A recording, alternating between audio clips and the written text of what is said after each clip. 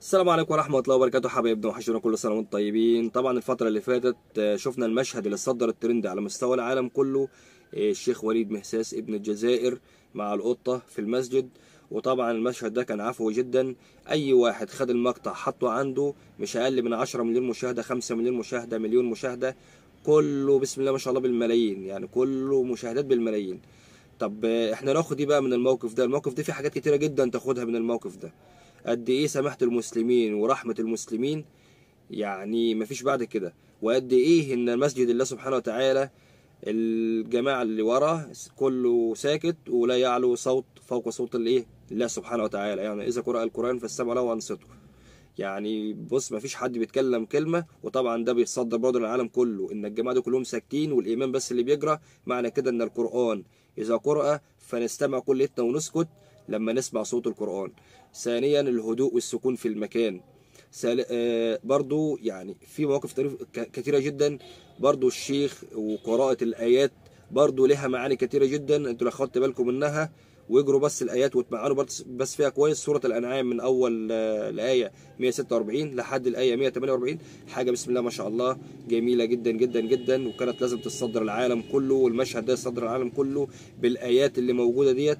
يعني كان ربنا سبحانه وتعالى بيوصل رسالة للعالم كله قد ايه المسلمين ورحمة المسلمين ما فيش بعد كده.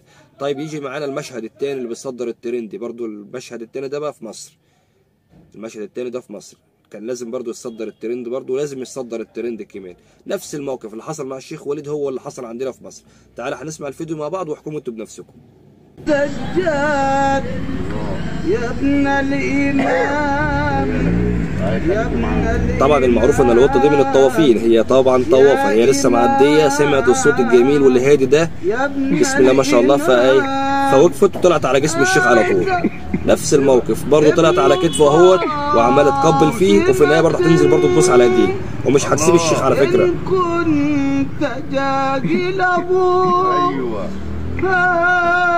بتقبل ايديه سبحان الله.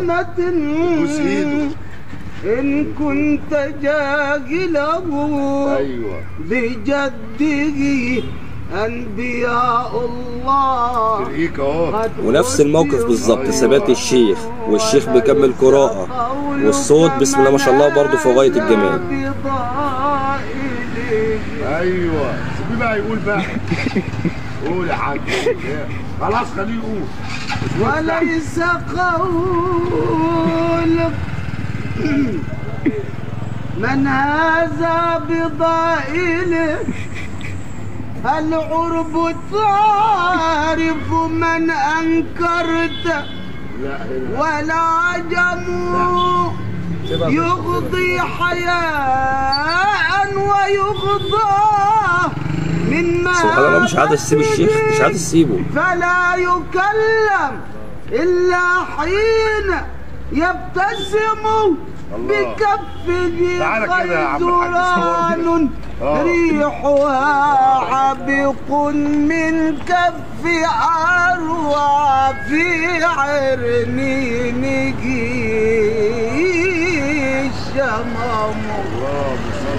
طبعا ده المشهد التاني في مصر، وطبعا المشهد ده لازم يصدر الترند كمان عشان خاطر يعني ربنا سبحانه وتعالى بيوصل رسالة من على طريق القطط.